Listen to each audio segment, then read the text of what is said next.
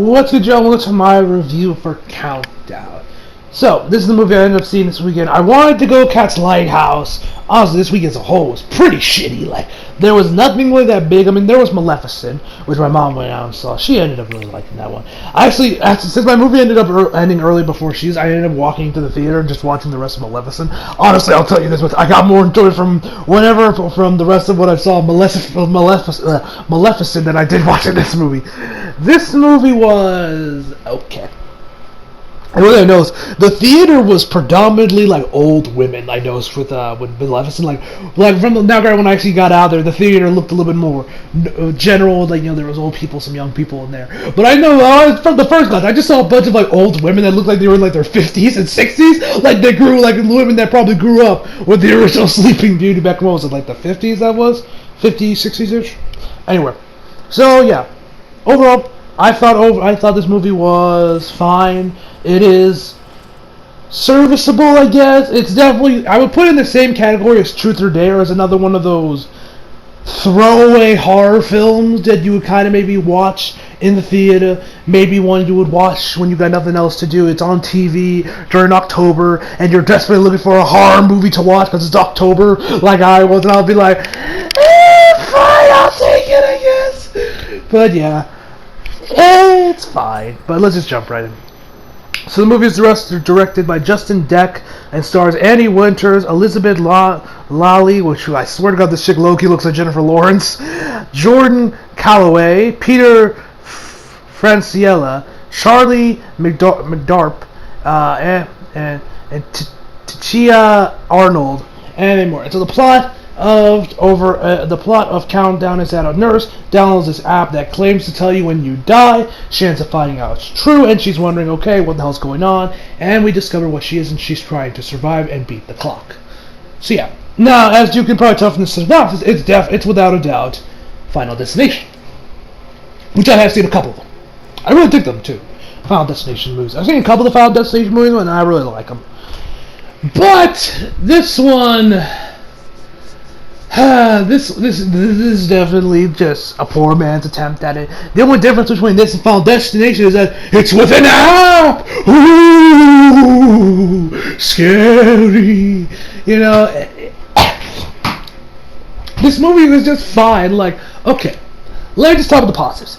The positives are, there are two really big positives I love about the movie. It's the priest character as well as the phone retail guy. Those two are the best part of the movie. Every time those two are on screen, it is entertaining. Like the phone guy, he works in retail, and the man's super sarcastic. And when this fat bitch is asking for the manager, he looks back, turns around, and says, "I'm the manager." Being a very dickish smartass, because with retail, you damn near go insane, having to deal with all these motherfuckers on a daily basis. Motherfucking people, man.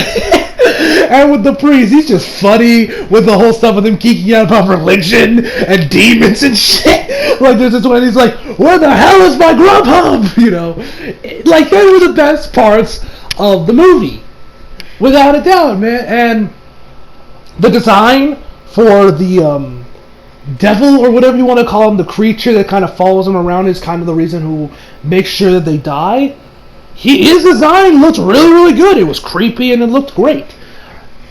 That's about all where I can definitely sing praise up. Because, now, the cast. Let me talk about the cast real quick.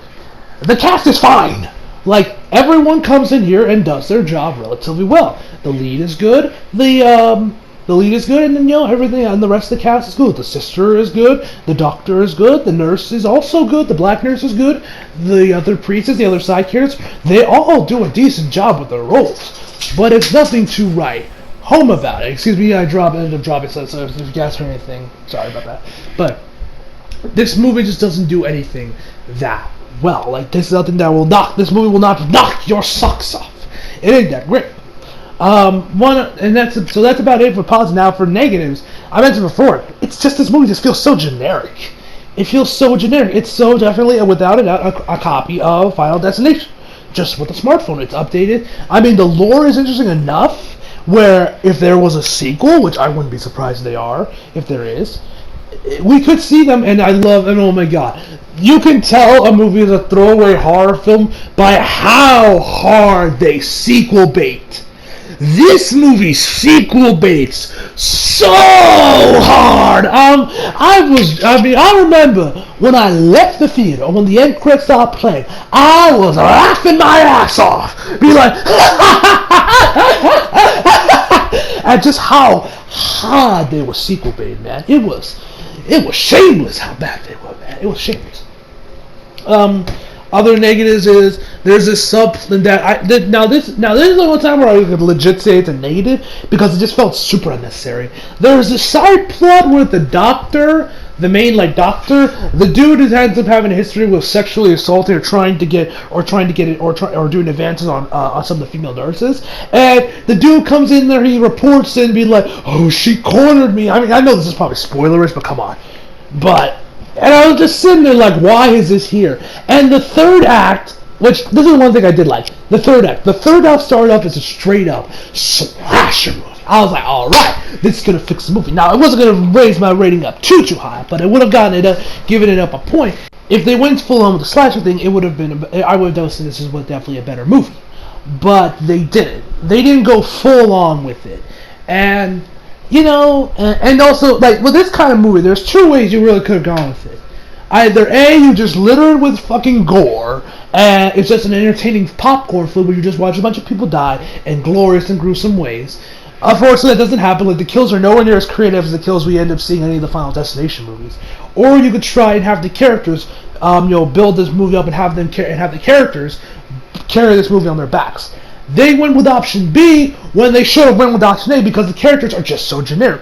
They're very one-dimensional.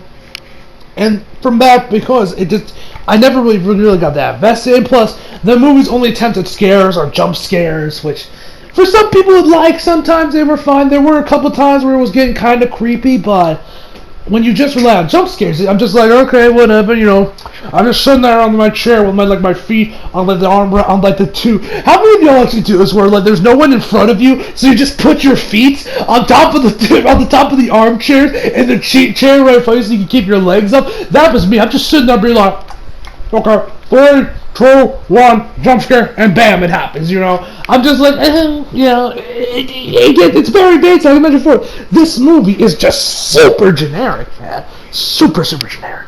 But, so, what I recommend is you guys watch this. If you're a fan of throwaway horror films, Truth or Dare, this is a movie, if you told me you fucking hated it, you thought it was shit, I could have seen your points. I mean, I didn't hate it, I didn't hate my time because it wasn't so bad. It was just super generic, man. So if you like throwaway, forgettable horror films, that's your shit, then you'll like this movie. If you're looking for something a little bit more, don't. If I were you, I would go catch Lighthouse. If it's playing near you, which it wasn't for me, which sucks. Which actually got surprised because we're not that far from Palmdale or Lancaster. Which they actually ended up getting the One Piece movie. They didn't get Lighthouse for some reason, which I don't know why. Because, I don't know, but I couldn't catch Lighthouse over there, which I wanted to. So if you want a horror movie, go watch that instead, man. Or hell, watch Black or Blue. Literally just watch anything out of the movie. Hell, go watch Maleficent. If you like the first Maleficent, you'll like the sequel, man. And that's about all I gotta say, man. So, pretty forgettable horror film, but it wasn't terrible. So overall, I'm going to give this movie a 6.5 out of 10. It would be a 6, but because of the priest, as well as the phone guy, it gets that rating up, at least, it gets it up a half a point, in my opinion. So anyway, tell me down below, guys, what you thought of this movie. Did you love it? Did you hate it? Did you even watch it? Yeah. So yeah, hope y'all enjoyed the video. Leave a like if you did, subscribe if you're new. Follow me, subscribe, Twitter, flag, and links down in the description box below. And as always, come back for more. See you guys next time.